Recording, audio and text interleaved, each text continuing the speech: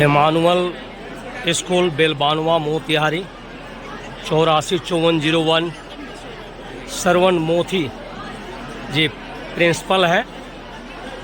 काफ़ी बच्चे उत्साहित और जॉली मूड में दिखाई दे रहे हैं। टाउन हॉल मोतिहारी में son of India Manish Shah, पूर्वी चंपारण मोतिहारी। बच्चे देश के भविष्य है, अवसर है, सीखे आगे बढ़े। और साइबर कैफ पर जो आज कुछ बात रखा जाएगा, अभिभावक गार्जियन प्रिंसिपल के माध्यम से इस पर अमल करना है, सीखना है। Reporter Manish Shah, son of India. 26 अक्षर 9 अंक 0 पर संविधान जो बना है अपने आप में सिस्टम है, शेरनी का दूध है। बेलबानवा मोतिहारी इमानुअल स्कूल के बच्चे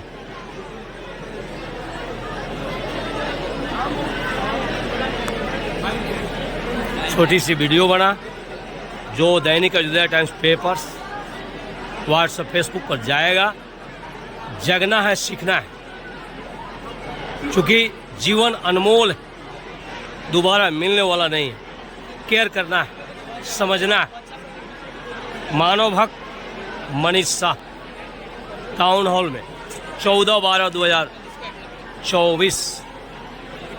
कंप्यूटर साइंस और आईटी डिपार्टमेंट के हेड हैं यहाँ, और साइबर सिक्योरिटी के ऊपर साइबर सिक्योरिटी के अपने विश्वविद्यालय के हेड भी हैं। और जिला प्रशासन को, पुलिस प्रशासन को भी जब साइबर के मामले में किसी जानकारी की आवश्यकता होती है तो आप प्रोफेसर विकास पारीक की सेवा लेते हैं। और ये हमारे लिए सौभाग्य का मौका है कि प्रोफेसर विकास पारीक हम लोगों के बीच हैं। मैं बड़े सम्मान के साथ विकास पारीक सर को मंच पे आमंत्रित करता हूं। जोरदार तालियों से सबका स्वागत।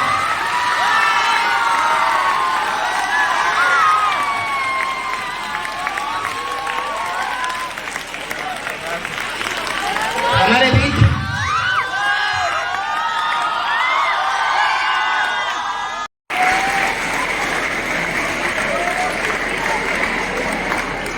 मुझे जहां तक याद है, एमएस कॉलेज में रेनू मिस हमारी सीनियर हुआ करती थी। और अभी मनोविज्ञान, साइकोलॉजी, मेरा भी विषय मनोविज्ञान था और रेनू मिस का भी विषय मनोविज्ञान था, है ना। तो आज मेरे लिए भी गौरव की बात है कि रेनू मिस के साथ मंच शेयर करने का मौका मुझे मिल रहा है। और मैं आपके विद्यालय के प्राचार्य श्रवण मोथे सर का स्वागत रेनू मिस के द्वारा मंच पर करवाने की इजाजत चाहता हूं।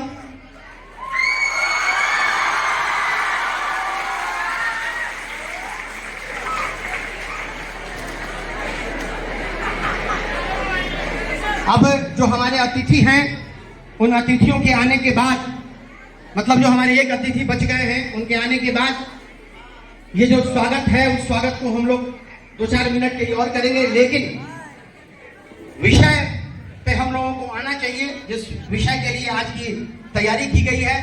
हो जाता है और 3 महीने बाद उसके घर वाले को कहा जाता है कि वो मर गया।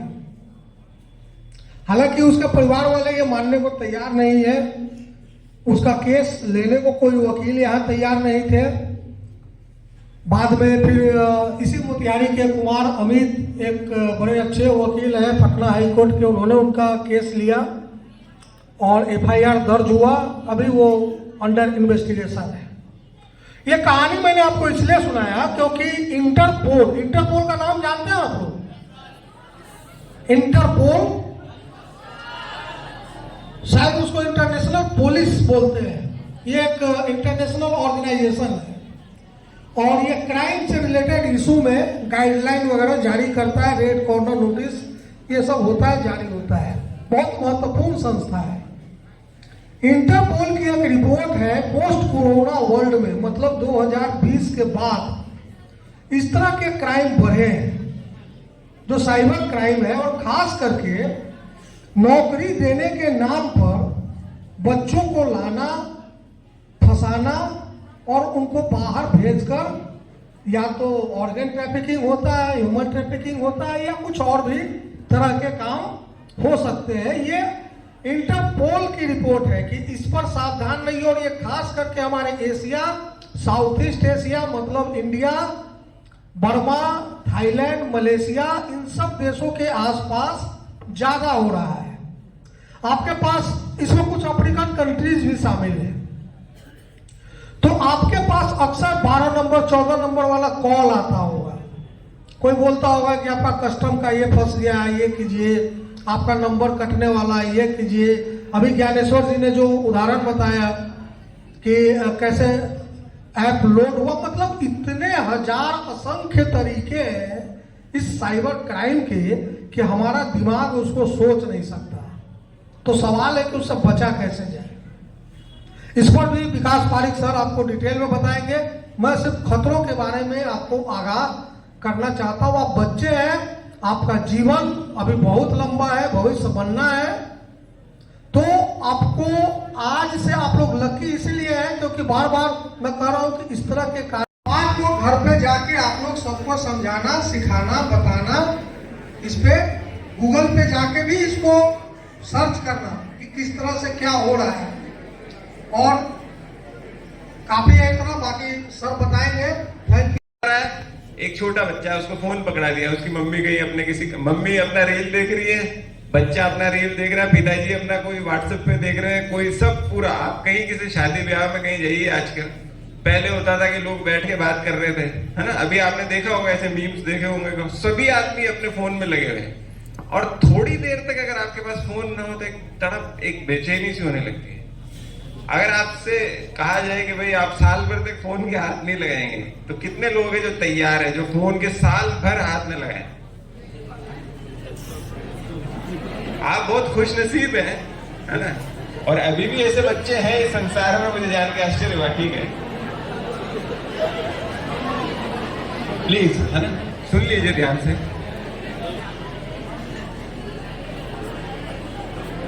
करेंगे यहाँ तो आलम यह है कि अगर मैं फोन न पकड़ाऊं तो क्या करूं? क्या पूरे दिन लेके बच्चे को बैठा रहूं? भाई पेरेंट्स है, उनको किसी को, कोई टीचर है, उसकी मदर भी हो सकता है कहीं टीचर हो, वो बेचारे वो अपनी स्कूल में जाएंगे, नौकरी पे जाएंगे, दुकान पे जाएंगे। और बच्चे आजकल बोर बहुत होने लगे, ये एक बड़ी समस्या है। 2 मिनट से ज्यादा कोई भी बात होगी ना, आप कहोगे यहाँ बैठ जाए। जैसे मैं आपको बताता हूँ, थोड़ा सा ना वक्त बदल गया है। हम लोग जब स्कूल में पढ़ते थे, मुझे बहुत अच्छे से याद है कि बहुत लंबे लंबे भाषण हमको सुनते थे हम लोग, और धैर्य से बैठे रहते थे। और ऐसे नहीं कि हॉल में बैठे आराम से, एयर कंडीशनर हॉल है, हम लोग कहीं मिट्टी में या रेत में कहीं ओपन में हमारा होता था, कैसी भी सर्दी हो, बारिश हो, धूप हो, घंटों बैठे रहते थे। और हमारे एक प्रिंसिपल साहब थे, स्वर्गीय रामचंद्र जी देवपुरा, बड़े आदमी थे, शिक्षाविद थे, राष्ट्रपति से पुरस्कृत थे, इंग्लैंड वगैरह जाके आए। उनकी एक आदत थी, जब वो कोई बात कहना शुरू करते थे, शुरू में आके कहते थे, बच्चों मैं आपसे केवल 3 बात कहूंगा। पहली बात 2-4 घंटे तक खींचती, दूसरी बात होते होते मतलब ऐसा होता था इतना लंबा कि बेहोश हो जाए, और फिर भी उनकी तीसरी बात नहीं आती थी। फिर वो लास्ट में कहते थे कि मुझे बहुत कुछ कहना था पर तुम छोटे बच्चे हो, तो संक्षेप में अपनी बात खत्म करता हूं। तो 2-2.5 घंटे मैं जानता हूं कि अभी आपको कोई आधा 1 घंटा भी कोई बात कहे, लेक्चर दे, तो आप बोर होने लग जाओगे, है ना। ये थोड़ा सा डिफरेंट है, इसलिए हो सकता है आप लोग सुन ले जा रहे हो। क्लासरूम में कोई ज्यादा पढ़ाए तो आपको बोरियत होने लगती है। एंड आई ऑब्जर्व कि छोटे बच्चे, फॉर दैट मैटर महिलाएं भी, है ना, जैसे अपनी वाइफ को भी कोई बात कहे तो 10, 15, 25 सेकंड से ज्यादा कोई नहीं सुनता, उसके बाद वो बात चेंज हो जाती है। I was reading about a research survey which was carried out about social media habits of people, और उसके अंदर ऐसा था कि रील्स लगातार देखने से, हम जो ऐसा कंटेंट, शॉर्ट ड्यूरेशन का जो कंटेंट, जो शॉर्ट्स जिसको कहते हैं, फेसबुक के शॉर्ट्स हैं, इंस्टा रील्स हैं, या टिकटॉक पहले जो था, तो वो देखने से क्या हो रहा है ना, उसका ड्यूरेशन छोटा होता है, आप लगातार बैठे बैठे स्वाइप करते जा रहे हैं, देख रहे हैं। ये एक बहुत बड़ी बीमारी है।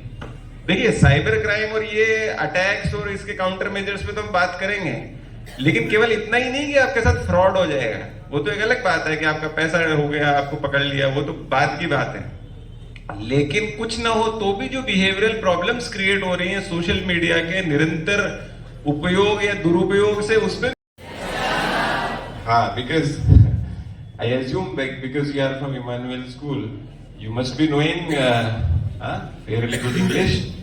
So as Gyaneshwar ji is saying, I'll try to keep in Hindi and English because there may be some audience who are comfortable with Hindi. But मुझे ऐसा लगता है कि आप में से बहुत सारे लोग मुझसे ज्यादा जानते होंगे सोशल मीडिया, मोबाइल फोन्स और इसके बारे में। मैं ऐसा इसलिए कह सकता हूँ, ये व्यक्तिगत अनुभव, इट्स माय पर्सनल एक्सपीरियंस। मेरे 2 बेटे हैं और मेरा बड़ा वाला जो बेटा है वो 7th में पढ़ता है, वो मुझसे बहुत सारी चीजें ज्यादा जानता है ना, और वो जानने से मुझे डर भी लगता है कई बार, ऐसा नहीं। तो मैं आपको बच्चों, हालांकि यहाँ पे पेरेंट्स कुछ है, टीचर्स, सीनियर लोग भी हैं, लेकिन मैं प्राइमरीली एड्रेस करूंगा बच्चों को क्योंकि उनके लिए प्रोग्राम है और उन्हीं से मैं डायलॉग करने की कोशिश करूंगा। आप में से कई लोग, मुझे ऐसा लग रहा है, मेरे बेटे जैसे ही हैं और उसी उम्र के हैं, तो मैं आपसे रिलेट कर सकता हूं क्योंकि I spend a lot of time with my boys and I observe them and I am worried actually, है ना। मैं बहुत चिंतित हूं उनका व्यवहार देख के। मैं आज सुबह निकलने से पहले मेरे बच्चों को कह रहा था, मैं अपनी वाइफ को कह रहा था एक्चुअली, कि मैं उन बच्चों को ज्ञान तो देने जा रहा हूं लेकिन मेरे अपने बच्चे हैं, वो मेरी बात तो समझते नहीं है। मतलब ये बहुत सारे पेरेंट्स का कंसर्न है, हम सब लोग डरे हुए हैं और वो डर जो है ना, वो गैर वाजिब नहीं है, वो विदाउट राइम एंड रीजन नहीं है, उसके पीछे रीजंस हैं। तो मैं आपसे बात करूंगा कि क्या है, और ये एक नेसेसरी इविल है ना। जैसे कोई अभी आपसे आग्रह किया गया कि भाई साहब आप 10th में आ जाएं जब तक सोशल मीडिया न करें, है ना, तो कहना आसान है लेकिन सुनेगा कौन। मेरा जो छोटा बेटा है वो 1ली क्लास में पढ़ता है, उसका भी यूट्यूब चैनल है, इंस्टाग्राम, सब जगह, कहाँ आईडी है मुझे भी नहीं पता। मेरे पास जब मेरे फोन पे नोटिफिकेशन आते हैं तो पता चलता है कि वो क्या क्या कहाँ चला रहा है ना। तो अब क्या होता है कि एक बात तो ये है कि हम वर्जित कर दें। मैं पढ़ रहा था, ये आपके जो ये टेक्नोलॉजीज बनाने वाले लोग हैं, इनके बच्चे, जैसे मान लिया माइक्रोसॉफ्ट के आपके बिल गेट्स हैं या स्टीव जॉब्स हैं, तो साहब कहते हैं कि इनके बच्चों को जो है कॉलेज में आने तक जो है कोई डिजिटल डिवाइस नहीं दिया गया। अब हमको तो बीमारी पकड़ा दी इन्होंने, और इनके बच्चे जो है साहब की, लेकिन वो अफोर्ड कर सकते हैं इस लग्जरी को। वहां लोग होंगे जो उनका ध्यान रखते होंगे या उनको वो नहीं, एक्स जो है या जो ट्विटर जो था या जो सोशल मीडिया एप्स हैं, ये ऐसा नहीं करते हैं, क्योंकि उसमें तो आप जाहिर सी बात है वो आपको ऑथेंटिकेट तो करेंगे ना, उनका अपना सिक्योरिटी फीचर है, वो लीक नहीं करते आपके इन्फॉर्मेशन। ठीक है, और कोई स्टेज पर बुलाने के लिए और यहाँ पर आमंत्रण के लिए आप सभी का बहुत बहुत धन्यवाद।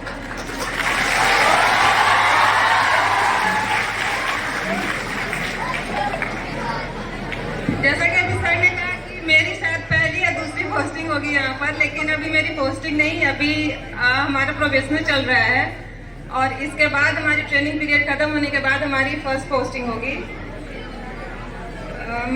मैं डीएसपी प्रोफेसर मधु कुमारी आप सभी का यहाँ पर बहुत बहुत स्वागत करती हूँ। अभी तक के कार्यक्रम में आप सभी को सोशल मीडिया के ऊपर और बाकी साइबर सिक्योरिटी के ऊपर बहुत सारे चीज़ें बताई गई होंगी कि हमें क्या करना है, क्या नहीं करना है, और सोशल मीडिया का यूज किस तरह से करना है हमें, क्योंकि आज का जो जनरेशन है वो मतलब स्कूलिंग एज से ही मोबाइल पे ज़्यादा डिपेंडेंट हो गए हैं। कुछ भी करना है हमें बिना मोबाइल के कुछ होता ही नहीं है। और यहाँ पर भी जितने सारे बच्चे होंगे प्रेजेंट हैं, वो सभी के किसी न किसी सोशल मीडिया पर अकाउंट बना ही होगा, चाहे वो इंस्टा हो गया, फेसबुक हो गया, व्हाट्सएप हो गया, चाहे कुछ भी देख लो। आजकल बिना मोबाइल का कुछ करना ही नहीं है और इस चक्कर में उन्हें पता ही नहीं होता कि हमें यूज करना किस तरह से है, उसको हैंडल कैसे सही तरीके से करना है। और इसी चीज़ में बहुत सारी ऐसी गड़बड़ियाँ हो जाती हैं कि उन्हें आगे चल के फिर बहुत पछताना पड़ जाता है।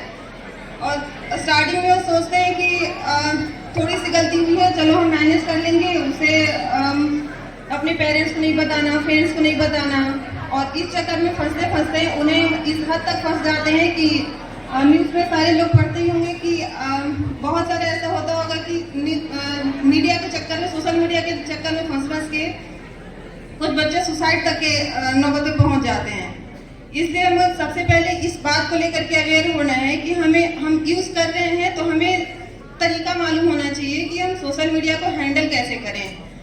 तो हर चीज के यहाँ पर अच्छाइयाँ होती हैं, उसके साथ साथ कुछ बुराइयां भी होती हैं। तो यूज करने के साथ साथ हमें ये पता करना है कि हमको हैंडल इसको कैसे करना है, कैसे नहीं करना है, क्या कौन से ऐसे तरीके अपनाने जाने चाहिए कि हम उसका सही तरीके से उपयोग कर सकें।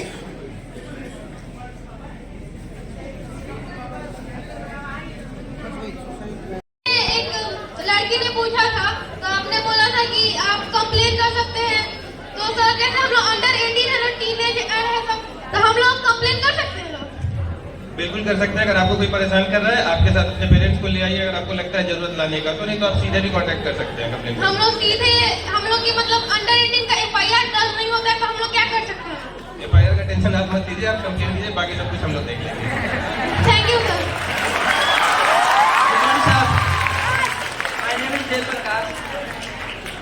सर, जैसा कि हम लोग एक फैमिली के साथ आ रहे थे, मतलब मॉल से आ रहे थे तो फील्ड में वहाँ पे वो लोग पुलिस थी, DSP थी, तो वो हम लोग की दीदी थी, हम लोग दो दीदी थी और एक हम थे।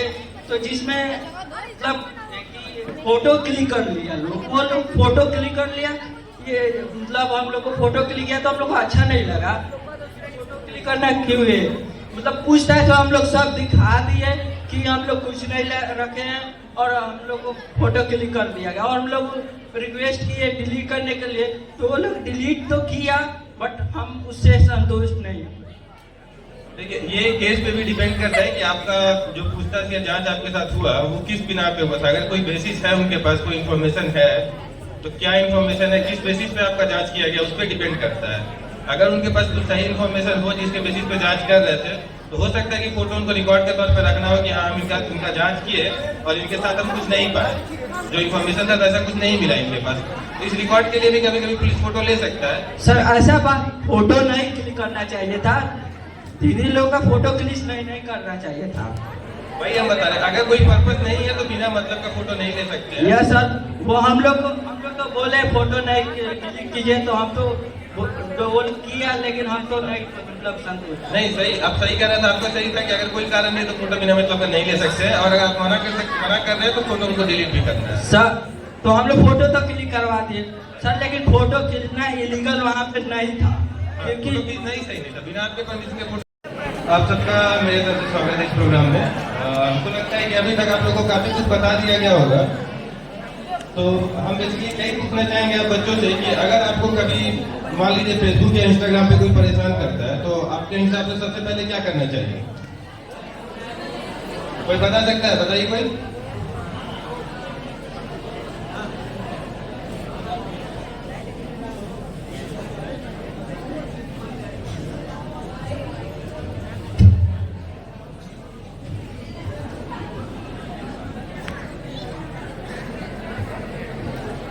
Good afternoon. अभी बताया गया अगर कोई ऐसे परेशान करे या ब्लैकमेल करे तो हेल्प नंबर बताया गया था, उस पर कॉल करके हेल्प लेना है।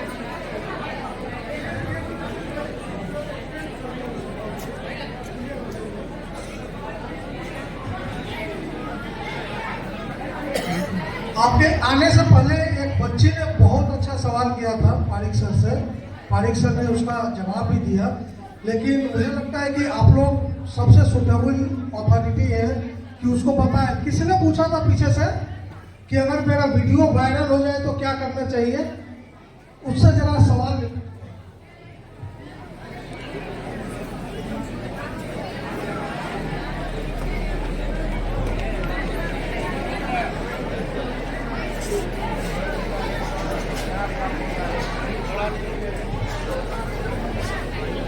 Good afternoon sir. सर, अगर हमारा वीडियो, फोटो मॉल से, सोशल मीडिया से कहीं भी वायरल हो जाए तो हमें क्या करना चाहिए, कैसे स्टेप्स लेने चाहिए? डाउट नहीं है कि अगर आपका वीडियो या फोटो कोई वायरल कर रहा है तो आपको सबसे पहले पुलिस को इन्फॉर्म करना है, ठीक है।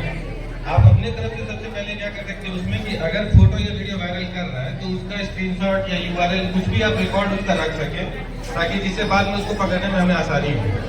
कुछ ना कुछ अगर हमारे पास रहेगा मटेरियल तभी हम उसको ट्रेस कर पाएंगे। तो ये तो सर सही बात है कि आपको सबसे पहले पुलिस को इन्फॉर्म करना ही है, उसमें घबराने की जरूरत नहीं है। सबसे पहला बात ध्यान रखना है कि आपको जो फोटो वीडियो जो वायरल कर रहा है, अगर उसके साथ आपको ब्लैकमेल करने का भी कोशिश करता है, उसके किसी भी बात में नहीं आना है, ठीक है। अगर वायरल कोई कर रहा है, उसके किसी कंडीशन को आपको मानने का जरूरत नहीं है, गलती उसका है, आपका कोई गलती नहीं है इसमें। तो आपसे पैसा मांगता है या कुछ भी करने के लिए बोलता है, आपको कोई भी बात उसका मानने का जरूरत नहीं है। ब्लैकमेल बिल्कुल नहीं होना है। पुलिस को जितना जल्दी हो सके इन्फॉर्म कीजिए, उसके आगे हम लोग कार्रवाई करेंगे, उसको ट्रेस करेंगे और पकड़ भी पाएंगे, बहुत पॉसिबल है, हम लोग करते भी हैं। तो पहला पॉइंट तो ये हो गया कि पुलिस को इन्फॉर्म करना है। दूसरा चीज इस बात का ध्यान रखना है कि ब्लैकमेल बिल्कुल नहीं होना है, उसकी किसी भी बात को नहीं मानना है, कोई भी कंडीशन उसका एक्सेप्ट नहीं करना है, ठीक है। और मैक्सिमम केसेस में ये भी होता है कि आपका फोटो मॉर्फ करके या एडिट करके वायरल करके धमकी देता है। वैसा केस तभी होता है जब आपको ब्लैकमेल करना चाहता है। तो इस वैसे केस में खासकर ध्यान देना है कि किसी कंडीशन को उसके नाम आने या उसके बाद में ना आए।